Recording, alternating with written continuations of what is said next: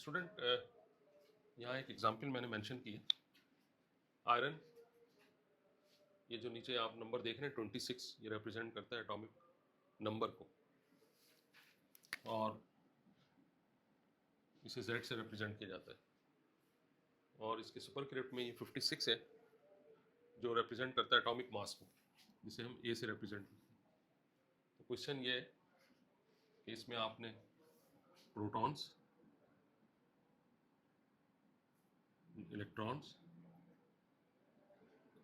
और न्यूट्रॉन्स की तादाद बतानी है। तो आपने आइसोटोप्स की डेफिनेशन में एक रिलेशनशिप पढ़ा है अभी कि जो एटॉमिक मास है वो दरअसल प्रोटॉन और न्यूट्रॉन का सम होता है। Number of proton and number of neutron is the sum, it gives the mass number actually. So some time mass number को एटॉमिक मास भी लिख दिया जाता है, इसीलिए इसे ए से रिप्रेजेंट करते हैं। बेसिकली ये मास नंबर है, बहुत स्लाइड डिफरेंट है जो मैं पहले बता चुका हूँ। सो आपने करना ये है कि क्योंकि प्रोटॉन मालूम करने, जैसे कि मैंने बताया कि जो प्रोटॉन की क्वांटिटी है वो Z से रिप्रेजेंट की जाती है। N को हम N से ही रिप्रेजेंट कर सकते हैं।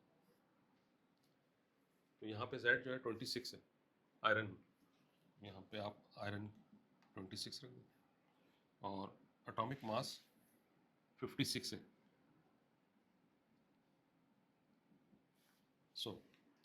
तो राइट साइड से 26 को आप लेफ्ट साइड पे लिख लें, 56 माइनस 26। तो N जो है वो हमारे पास कितना हो जाएगा, 6 माइनस 6 0, 5 माइनस 2 3। तो नंबर ऑफ न्यूट्रॉन जो है वो 30 होगा।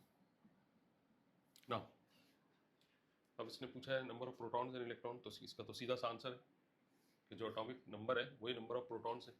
तो जो वैल्यू इसकी 26 गिवन है, यही वैल्यू यहाँ पर आप कोट कर सकते हैं, यही इसका आंसर हो जाएगा।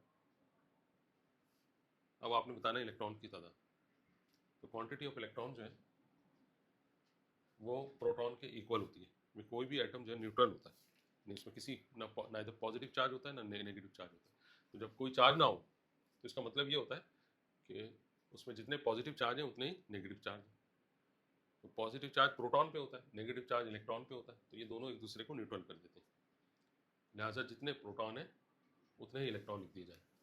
ये 26 होगा।